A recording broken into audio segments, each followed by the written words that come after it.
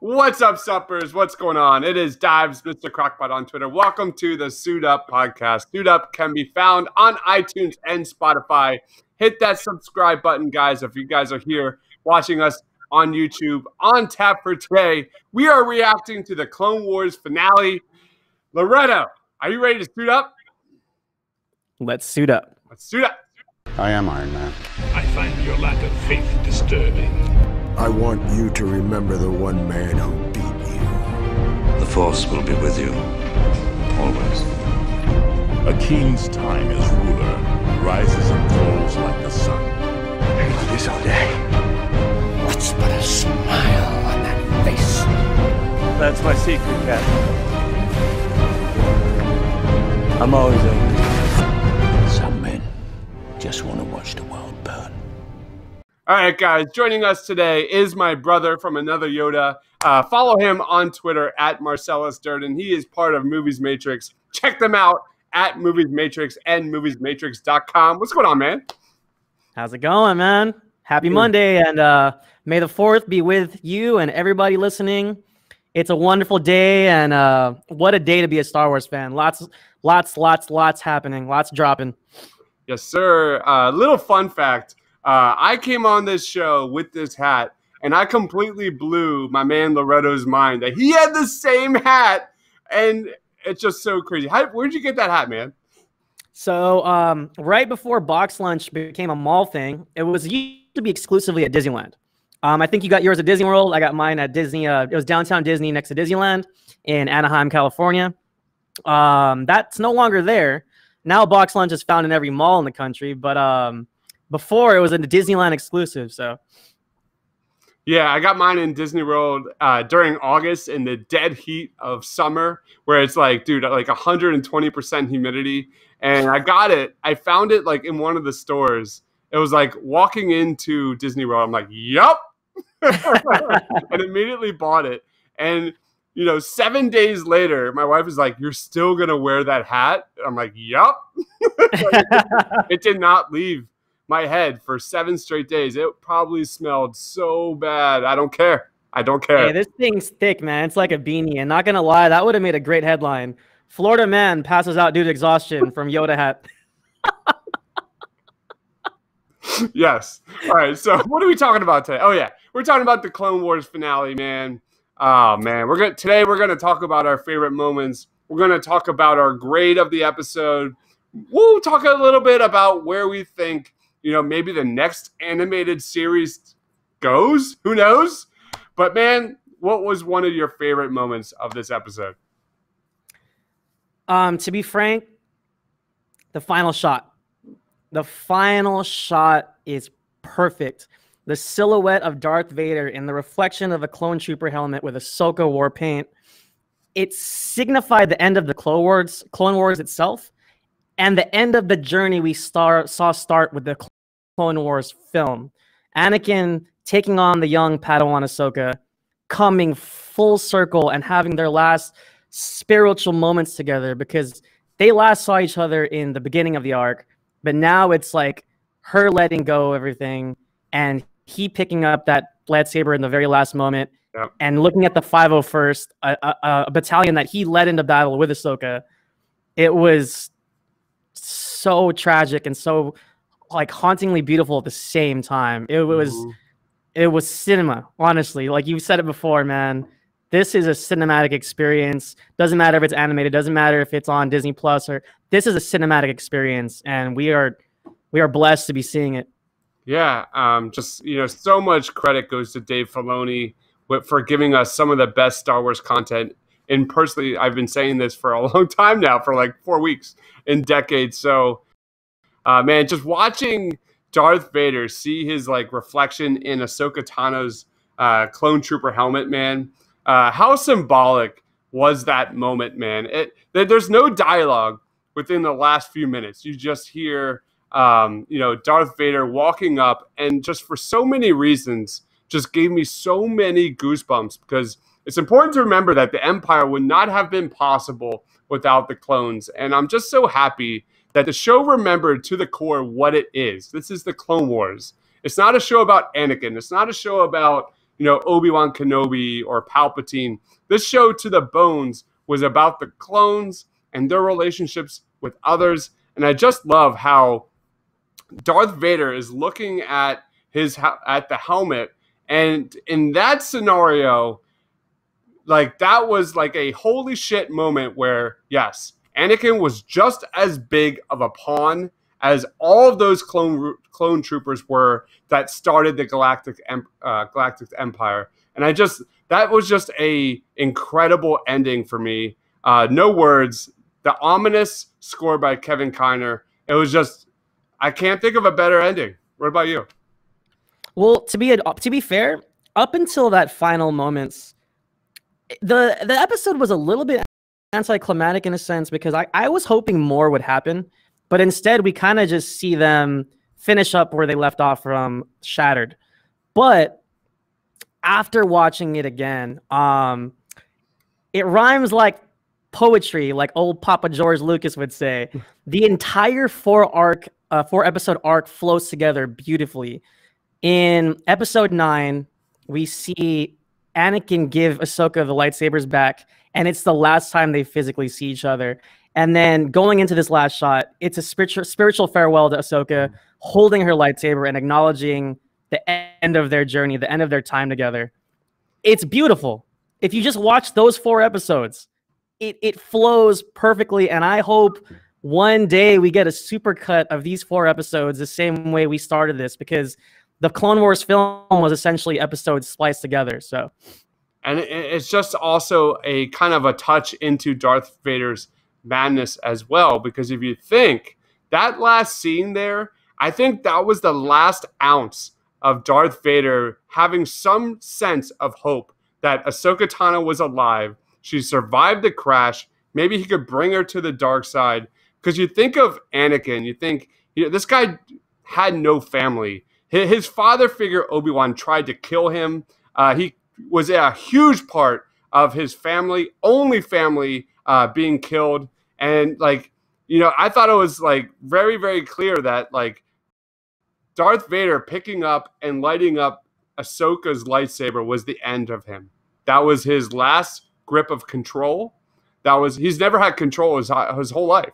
He's been a slave his whole life, either to before the Jedi, during the Jedi. That was such a poetic moment. You touched it. Hauntingly beautiful. And it was just a fitting end to... There's no other way to spin this series. That was a really, really great way to kind of vault into the next film franchise, which, man, I don't know about you, man, but I can't wait to rewatch all of it. Honestly, Dave Filoni, man. I love your little tagline there, Dave Filoni for president. Why not, man? This guy is the king of the world, and he tied this story up with a bow. I also wanted to touch on this because you're a big score guy. And I knew we were in for feels the minute we get our title card, and it's Padme's Destiny, which played during her funeral march. And the episode itself is called Victory and Death. And yes, Ahsoka lives. Yes, she gets away. Rex gets away. But at what cost? Because practically the entire 501st is gone. And again, just touching back on Ahsoka's last moments with her, I was shaken at the sight of the 501st helmets lined up as graves. Some of them with the war paint. And you know what I mean? Again, it's poetry. Again, I don't want to repeat myself, but seeing them honor her in the beginning, seeing them try to kill her, and then seeing them dead because of Order 66. Oh, yeah. Just really powerful. Can we talk a little bit about Ahsoka too? This was the moment where Ahsoka Tano officially became a hero.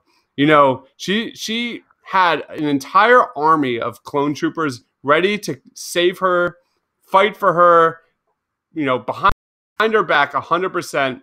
To see them flip, and she still does not want to kill a single one of those clone troopers, was just a unbelievable. Like, she could have easily survived, you know, the ship crashing if she decided to kill them, which she didn't. She still refused to become a Jedi.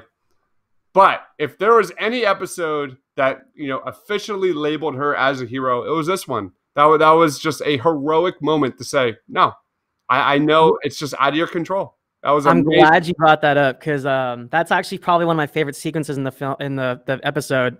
Rex talking to Ahsoka, like, do you think they care? They're trying to kill you. And she's like, no, but they're good soldiers. And I love that. I love that she just, regardless of what happens to them, what their fate is of her getting off the ship, because they're going to die anyway, she will not be the one to be responsible directly for their deaths. Like, she won't murder them, essentially. Yep. Powerful stuff. And once again, I don't know how he does it, but Filoni makes us get shaken by being attached to, like, so-called robots that some people, is it arguable if they have souls or not? Absolutely. Sure. R7. But let's pour one out. That hit me like a ton of bricks. Like, poor little Cheap, and I think it was Gigi, put their arms up, and then to see them get executed, it hurt. It hurt. And it's like, damn it, Filoni, what did you do to us? I am torn up right now. And I think R7's head got ripped off in the middle of the battle. I was like, oh, like, it hurt just as much to see the troopers fall. The droids falling was just as impactful. And that's just a testament to the storytelling. And just to piggyback off of that, can we pour one out for my man Jesse? Cheers. Cheers. Love you, brother. That was that was nice to see them kind of go at odds with each other. And it's interesting that it came into play. Rex was like, hey, she's not part of the Jedi Order. And of course, though, I mean, the inhibitor chip rules all. Jesse cannot override his command. Yeah. And what a moment. I mean, after all they've been through, to see them just go up against each other. It's just beautiful. Just absolutely beautifully tragic. Little shout out to my man Darth Maul. Gotta go there because, I mean, he owned episode 11. He has some awesome moments. Some of the best lightsaber action probably since Obi-Wan versus Darth Maul. I mean, Darth Maul taking down the hyperdrive, double force choke. Have you ever seen that before? Honestly, there's a few things he did that I'm just like, whoa! Just decapitating clone troopers. He has owned this series. And, let's do a quick grade of this episode before we get into what we want moving forward, what we think about everything moving forward. How would you grade this episode? Okay, so so far I've been giving it 10s all around, but this is actually the one I think faltered a little bit for me. The ending saved it, and I'll give it a good 9.5. Yeah, I'm in the same boat, man. There's a 100% a 9.5. Regardless, the last 4 episodes, I can't wait to rewatch in succession. This is one of those, like, if there's a Star Wars fan that or not even a Star Wars fan, if there's someone that goes, hey, do you think I would like Star Wars? You watch these last 4 episodes of the Clone Wars. That's how good this is. I can't think of a better cinematic experience. Other than The Last Jedi, Rogue One. Sorry, this is upper echelon Star Wars content for me. And I'm gonna miss it, man. I'm really gonna miss it. Like Friday mornings, hanging out with the Clone Wars. There's nothing better, and it's over, and it's really bittersweet. How about you? Yeah, but I think they went out with a bang, and I mean, going back to that, what was that first episode with Yoda and the Tridorians or Toydarians? Yeah.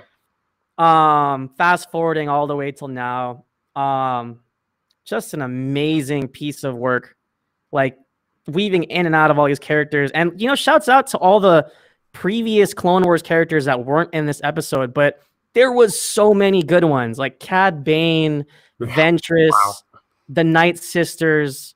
I mean, we had some incredible storytelling, and also those like Force deities. Like that was some next level thinking, man. That again, it transcended Star Wars, man. Like it was a whole different story upon itself, talking about morality and fate and higher powers. Like, oh man, that was intense. And then I think it was season 5 where Anakin had the nightmare, the Revenge of the Sith nightmare. Oh man, just so many brilliant moments, and I think this was a perfect ending. As sad as it is to see it go, they couldn't have gone out in a better way. Take Kevin Feige, take Dave Filoni, put them in a room, and fucking throw away the key, man. Because if there's anything this season has shown, is that Dave Filoni knows character development. He knows Star Wars. He knows creativity and storyboarding and all of that. Please, Dave Filoni, stick around with Star Wars moving forward. We can't lose you, dude. I can't go through another shitstorm that was the Skywalker saga of the last trilogy we saw. I can't go through that again emotionally. I can't do it. But let's talk about moving forward, man. Where do you see the next animated series going? Me personally, I haven't read the Ahsoka novel. So as you know, I am a huge Ahsoka Tano fan. So I would love to know what Ahsoka is up to. I know she becomes like a rebel spy and fulcrum and all that kind of stuff. But the question is, what is canon in Star Wars and what is not? Man, I would love to see Ahsoka Tano chasing Darth Maul around the galaxy while everything between A New Hope to Return of the Jedi is taking place in the background. That is a gold mine of a franchise waiting to happen. I don't know if Taika Waititi is going to do it. I think there's another director that's doing Star Wars. I forget her name. But that's where this series should go. Not if it's animated, sure. I would love to see animated. Although I thought I heard that it was going to be a sequel of Rebels. But you know, there's no freaking way that Star Wars lets go of Ahsoka Tano. That is the best Star Wars. I don't care. I could be flamed for this. I don't care. But that is the best Star Wars character in a long, long time. And we're talking our OG Star Wars. That's how good that is. And well, I think the rumors, I think Rosario Dawson did get inked to multiple. Really? Yeah, multiple features or appearances, I would say. And considering how successful this arc has been, I would not be surprised if the upcoming live-action series focused on a female, I would not be surprised if it's Ahsoka. I think Disney and Filoni and everybody in charge, I think they realize, like what you're saying, she's a gold mine and she's a fan favorite. It would make sense for them to go that route. There was a scene in Rebels. Do you mind? There's spoilers here. Can I tell you? Or should we not? You know, it's funny. I just started it today. I'm having fun, but how bad of a spoiler is it? I mean, it's a bad spoiler. All right, we're not going to touch it. We'll wait for my man Loretto to finish Rebels because it's epic. It's a great moment.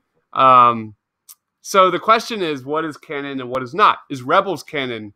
All that kind of stuff moving forward. Anyway, regardless, I think we all can agree here that Ahsoka Tano is here to stay. She is so independent.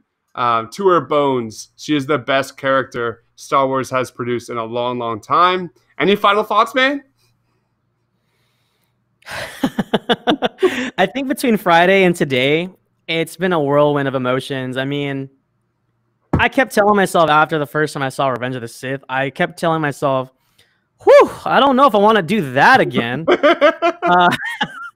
But here I am, like 15 years later, breaking it down, seeing a different side of Order 66. And as anticlimactic as I felt like there wasn't much real action to be had in this episode.